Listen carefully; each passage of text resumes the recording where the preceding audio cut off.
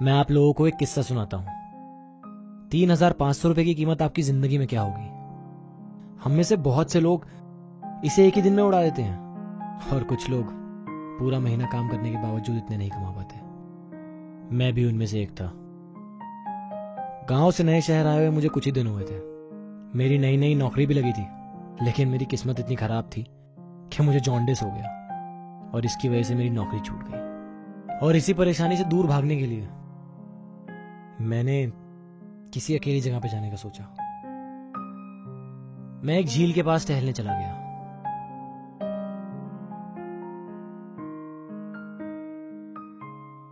मैं अपनी किस्मत को बार बार कोस रहा था।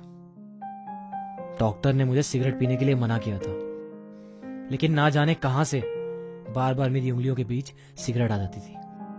कभी मुझे गुस्सा आ रहा था और कभी मैं ये सोचता था कि मेरी ही किस्मत इतनी खराब क्यों है।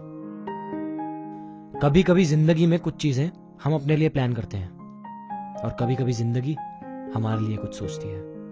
किसी बंद अंधेरे कमरे को और अंधेरा कैसे बनाया जाए, शायद एक काला बल्ब जलाकर। उस दिन मेरी टक्कर एक अनजान आदमी से हुई और उस टक्कर के 1.5 सेकंड के इंपैक्ट को मुझे भुलाने में ज्यादा समय नहीं लगा और मैं बगल की एक रेडी पर भुट्टा खाने चला गया।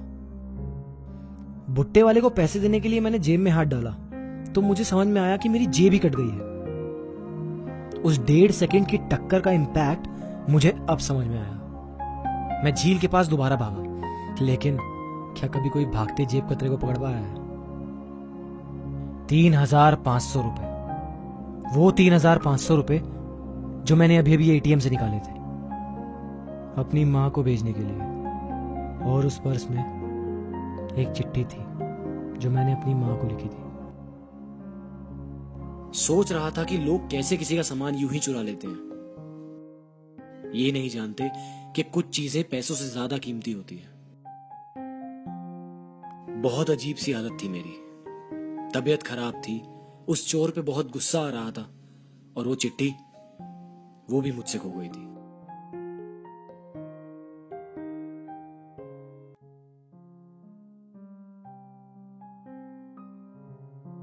कुछ दिनों पहले मां का खत मिला।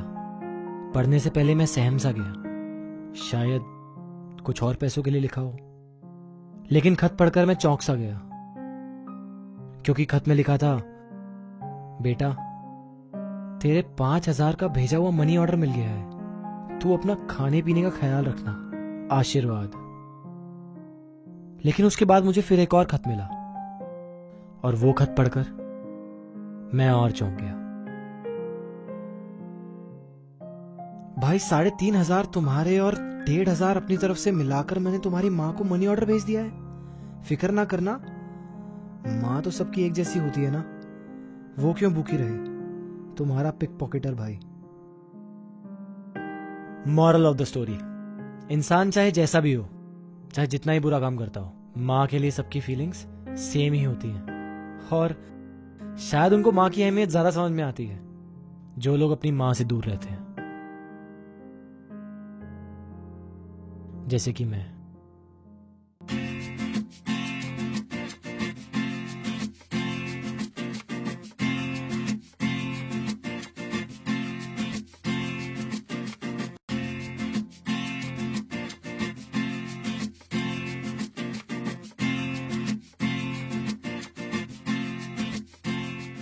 हाँ हाँ, मूर्ख हूँ मैं। थोड़ा कंट्रोल करके पब्लिक वॉशरूम भी ढूंढ सकता हूँ, लेकिन रोड पे फैला फैला के सूसू करने का मजा ही अलग है।